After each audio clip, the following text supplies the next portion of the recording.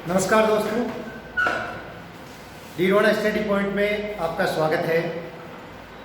आज 12वीं जीव विज्ञान में अपने एक नया अध्याय प्रारंभ करेंगे। पहले की क्लासों में अपने पहला अध्याय है वो ख़त्म हो चुका है, जिसके 4 पार्ट हमने पढ़े, 4 क्लासों में उसको ख़त्म किया। आज है अपने दूसरा अध्याय, जिसका नाम है नए एवं मादा युग्मकोद्भिद संरचना एवं विकास। मतलब इस अध्याय के अंदर हम नए युग्मकोद्भिद और मादा युग्मकोद्भिद के बारे में पढ़ेंगे, उनकी संरचना किस प्रकार की होती है ये पढ़ेंगे, और उनका विकास या परिवर्धन किस प्रकार से होता है ये पढ़ेंगे। थोड़ा बड़ा है अध्याय ये, तो इसमें अपने आज प्रारंभ कर रहे हैं पार्ट 1। अब देखो, सबसे पहले जैसा कि हमने पहले पढ़ा है,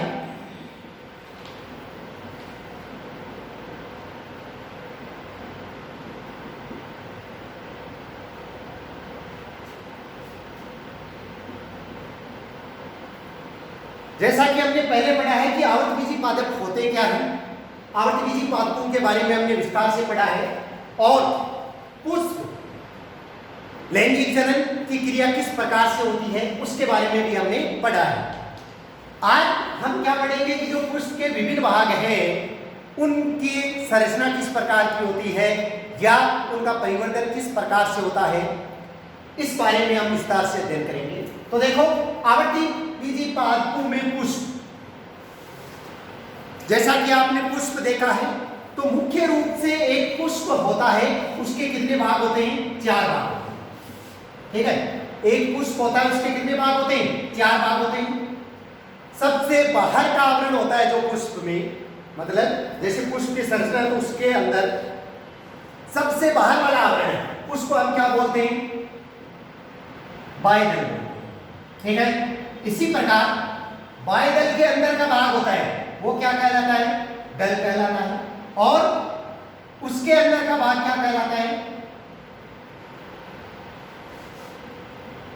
पुंवंग कहलाता है। और सबसे अंदर का भाग क्या कहलाता है? जायांग। कहने का मतलब एक पुष्प होता है, उसको कितने भागों में या कितने भागों से मिलकर एक पुष्प है, उसकी संरचना बनी हुई होती है। तो कितने भागों से मिलकर बनते हैं? 4 भाग। कौन कौन से होता है? बाह्यदल, दल, पुंवंग और जायांग। और ये क्रम से होता है, जैसे सबसे बाहर का आवरण, उसके अंदर का आवरण, उसके अंदर का आवरण और सबसे अंदर का आवरण। यदि ये भी पूछा जाता है कि एक पुष्प में सबसे अंदर का आवरण होता है या सबसे अंदर का भाग होता है, उसको हम क्या बोलते हैं? तो उसको हम क्या बोलेंगे? जायांग बोलेंगे। ठीक है, अब हम क्या पढ़ेंगे कि इन सब के बारे में विस्तार से पढ़ेंगे। जैसा कि पहले मैंने बताया था कि एक पुष्प होता है, उसके अंदर कितने चक्र संपन्न होते हैं। ठीक है, तो कितने चक्र संपन्न होते हैं? 2 चक्र संपन्न होते हैं। कौन कौन से होते हैं? एक तो होता है सहायक चक्र और दूसरा होता है जनन चक्र। एक पुष्प होता है, उसके अंदर कितने चक्र संपन्न होते हैं? 2 चक्र संपन्न होते हैं। एक तो कौन सा होता है? सहायक चक्र होता है, और दूसरा कौन सा होता है? जनन चक्र होता है। अब देखो, जनन चक्र किसे कहते हैं?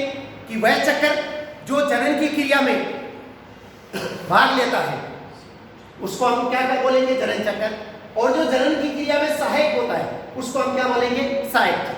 ठीक है, तो जैसे पुष्प के 4 भाग हैं।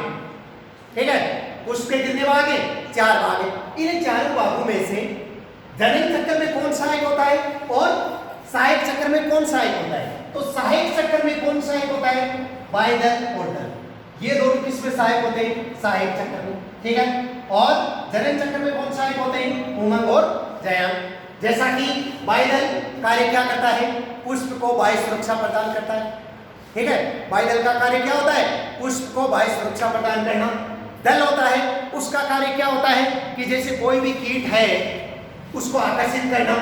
पुंवंग और जायांग, जैसे ये तो होता है नर भाग, और ये कौन सा होता है? मादा भाग। और इस अध्याय में इन दोनों भागों के बारे में हम विस्तार से अध्ययन करेंगे। तो अब देखो, युग्मकोद्भिद, ठीक है, क्या होते हैं, कितने प्रकार के होते हैं, ये देखते हैं हम।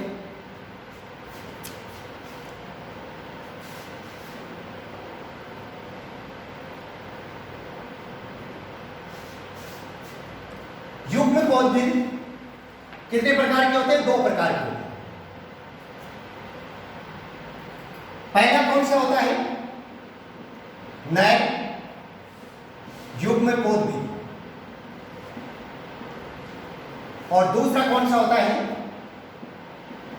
मादा युग्म पौधविद।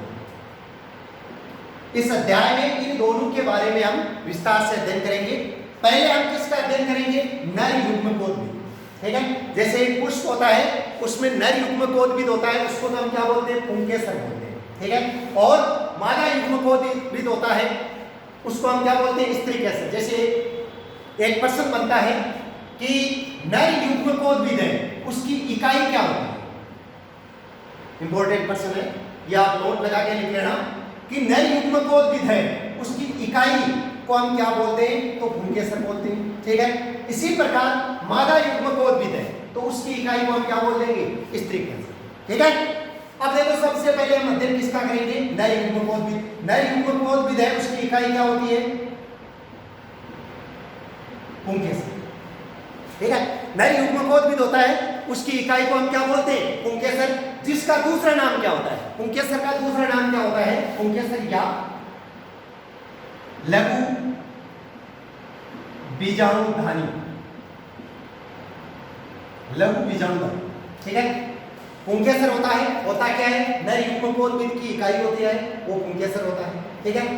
पुंकेसर है, उसका दूसरा नाम, या पुंकेसर को हम क्या बोलते हैं, लघु बीजाणुधानी भी बोल सकते हैं। अब प्रश्न ये बनता है कि पुंकेसर को लघु बीजाणुधानी क्यों कहते हैं, ठीक है। कई बार ये प्रश्न पूछा जाता है कि पुंकेसर को लघु बीजाणुधानी क्यों कहते हैं, क्योंकि पुंकेसर के अंदर किसका निर्माण होता है, पराग कणु का निर्माण होता है, ठीक है। पुंकेसर के अंदर किसका निर्माण होता है, पराग कणु का निर्माण होता है, इस कारण से इसे हम लघु बीजाणुधानी कहते हैं। इसके अंदर आप नोट लगा के लिख लेना कि पुंकेसर को हम क्या बोलते हैं, लघु बीजाणुधानी भी कहते हैं, क्योंकि पुंकेसर के अंदर पराग कणु का निर्माण होता है, इस कारण से पुंकेसर को हम क्या बोलते हैं, लघु बीजाणुधानी बोलते हैं। अब देखो पुंकेसर होता है, इस पुंकेसर के कितने भाग होते हैं, 3 भाग होते हैं। पुंकेसर के कितने भाग होते हैं, 3 भाग होते हैं। पुंकेसर के 3 भाग कौन कौन से होते हैं, एक तो होता है पुतंतु, दूसरा होता है योजी, और तीसरा होता है परागकोश, ठीक है। पुंकेसर है, कितने भागों से मिलकर बनता है, पुतंतु, योजी, और तीसरा कौन सा होता है, परागकोश। अब देखो पुंकेसर, उसकी संरचना किस प्रकार की होती है, तो देखो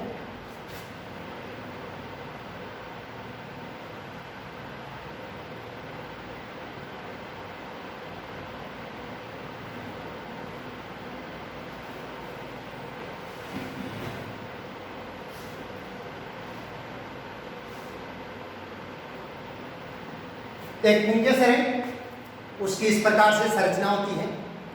एक पुष्प में पुंकेसर बाहर की तरफ से कितने नंबर पे आता है, 3 नंबर पे, और अंदर से कितने नंबर पे आता है, 2 नंबर पे। ये संरचना होती है। पुंकेसर के भाग कितने होते हैं, 3 भाग होते हैं, पुतंतु, योजी और परागकोश, ठीक है। अब ये संरचना होती है, इसमें देखो सबसे ये ऊपर का भाग, ये क्या कहलाता है, परागकोश, क्या कहलाता है, परागकोश। उसके पश्चात है वो ये भाग, ये क्या कहलाता है, योजी कहलाता है, और ये क्या कहलाता है, पुतंतु, ठीक है। पुंकेसर है, इसके कितने भाग हैं, 3 भाग, और तीनों भाग इसकी संरचना में कहां पे पाए जाते हैं, ये सबसे ऊपर का भाग परागकोश, उसके नीचे योजी, और ये सबसे नीचे क्या होता है, पुतंतु। अब देखो जैसे पुतंतु क्या होता है, ठीक है। एक पुष्प होता है, उस पुष्प का पुष्पासन यहाँ पे होता है, सबसे नीचे फुला हुआ भाग क्या कहलाता है, पुष्पासन कहलाता है। तो उस पुष्पासन से प्रारंभ होकर ये एक लंबी संरचना क्या कहलाती है, पुतंतु कहलाती है, ठीक है। पुतंतु किसको बोलते हैं, पुष्प का पुष्पासन होता है, वहां से प्रारंभ होकर परागकोश तक की एक लंबी तंतुनुमा संरचना होती है जिसे हम क्या बोलते हैं, पूतंतु बोलते हैं। और उसके पश्चात कौन सा है, योजी। अब देखो योजी क्या होता है कि एक संयोजी उत्तक, संयोजी उत्तक होता है। योजी क्या होता है, संयोजी उत्तक होता है। कई जगह यह भी बताया जाता है कि पुंकेसर उसके दो ही भाग होते हैं, कौन कौन से, पूतंतु और परागकोश। योजी के बारे में बहुत कम बताया जाता है, परंतु योजी भी क्या होता है, एक पुंकेसर का ही भाग होता है। योजी क्या होता है, एक संयोजी उत्तक होता है जिसका कार्य क्या होता है, पूतंतु, मतलब ये संरचना है, ये पूतंतु है, ठीक है। और ये सबसे ऊपर वाला ये क्या है, परागकोश है। तो ये पूतंतु और परागकोश को जोड़ने का कार्य कौन करता है, योजी करता है, ठीक है। ये याद रखना है कि पूतंतु और परागकोश को जोड़ने का कार्य कौन करता है, योजी करता है। अब देखो परागकोश, योजी हो गया, पूतंतु सबसे लंबी तंतुमय संरचना, योजी जो इन दोनों को क्या करता है, जोड़ने का कार्य करता है। परागकोश सबसे ऊपर द्विपालित, देखो ये द्विपालित संरचना है, ठीक है। ये किस प्रकार की संरचना है, द्विपालित संरचना है। तो द्विपालित संरचना होती है जो सबसे ऊपर का भाग होता है पुंकेसर का, उसको हम क्या बोलते हैं, परागकोश बोलते हैं, ठीक है। क्या बोलते हैं उसको, परागकोश बोलते हैं। परागकोश में किसका निर्माण होता है, तो परागकोश में किसका निर्माण होता है, परागकणों का निर्माण होता है। ये याद रखना है कि परागकोश के अंदर किसका निर्माण होता है, परागकणों का निर्माण होता है, ठीक है। अब देखो आगे हम पढ़ेंगे,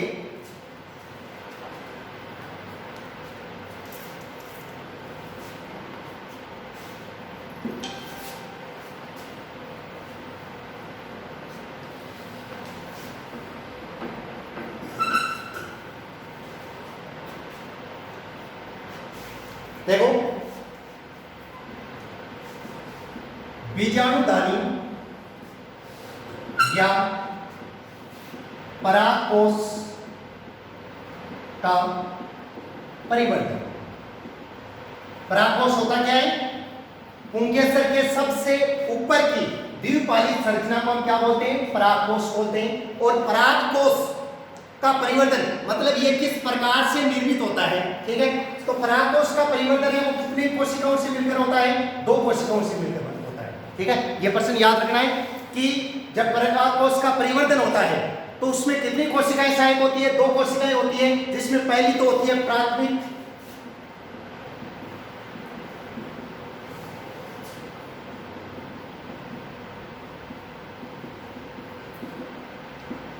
इसके अंदर पहली कोशिका कौन सी होती है, प्राथमिक द्वितीय कोशिका, ये याद रखना है, कौन सी होती है, प्राथमिक द्वितीय कोशिका। और दूसरी कोशिका होती है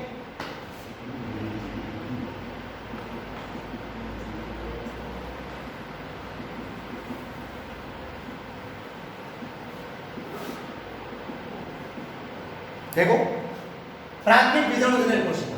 प्रश्न ये बनता है कि परागकोश का परिवर्तन होता है तो उसमें कितनी कोशिकाएं सहायक होती है, दो कोशिकाएं सहायक होती है। कौन सी होती है, एक होता है प्राथमिक द्वितीय कोशिका और दूसरी कौन सी होती है, प्राथमिक बीजाणुजनन कोशिका, ठीक है। अब जैसे मान लो कि हमने संरचना पढ़ी किसकी, पुंकेसर की। परागकोश है वो किस प्रकार का बना हुआ होता है, तो जैसे मान लो ये पूतंतु है, ठीक है, और इसके अंदर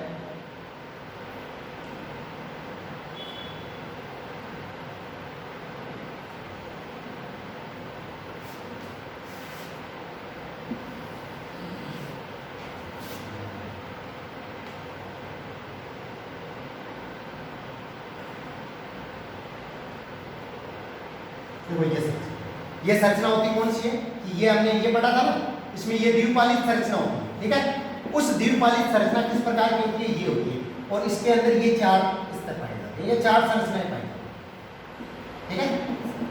और यहाँ पे किसका निर्माण होता है, परागकणों का निर्माण होता है। यदि मान लो हम इसकी अनुप्रस्थ काट बढ़ाएं, ठीक है, यदि मान लो इसकी हम अनुप्रस्थ काट बढ़ाएं तो किस प्रकार बनेगी,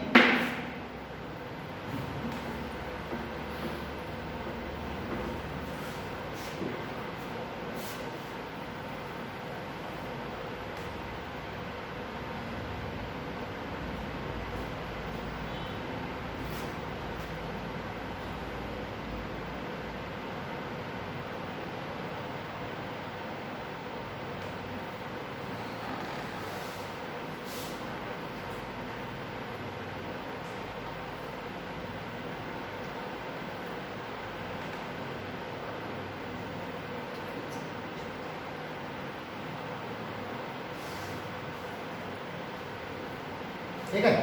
ये क्या बनेगी इसकी अनुप्रस्थ काट, मतलब यदि परागकोश की संरचना है, यदि उसकी हम काट बनाए, ठीक है, तो किस प्रकार की संरचना बनेगी, ये संरचना बनेगी।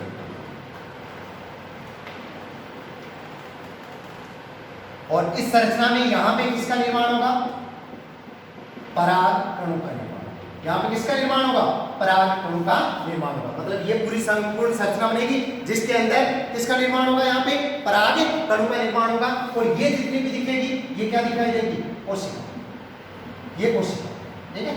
ये जितनी भी संरचनाएं दिखाई देती है, ये क्या होती है, कोशिकाएं। और यहाँ पे किसका निर्माण होता है, परागकणों का निर्माण होता है। तो आज हमने अध्याय 2 प्रारंभ किया और उसके अंदर नए युग्मकोद्भिद है उसके बारे में पढ़ा। नए युग्मकोद्भिद है उसमें हमने पुंकेसर के बारे में पढ़ा। और पुंकेसर है, पुंकेसर के 3 भाग होते हैं, उनके बारे में हमने पढ़ा। आगे का जो अपना टॉपिक रहेगा उसके अंदर इसी जो अपने अभी स्टार्ट किया था, परागकोश का परिवर्तन कितने स्तरों में संपन्न होता है, किस प्रकार से होता है, इसकी संरचना, आंतरिक संरचना किस प्रकार की होती है, ये हम सभी पढ़ेंगे। धन्यवाद।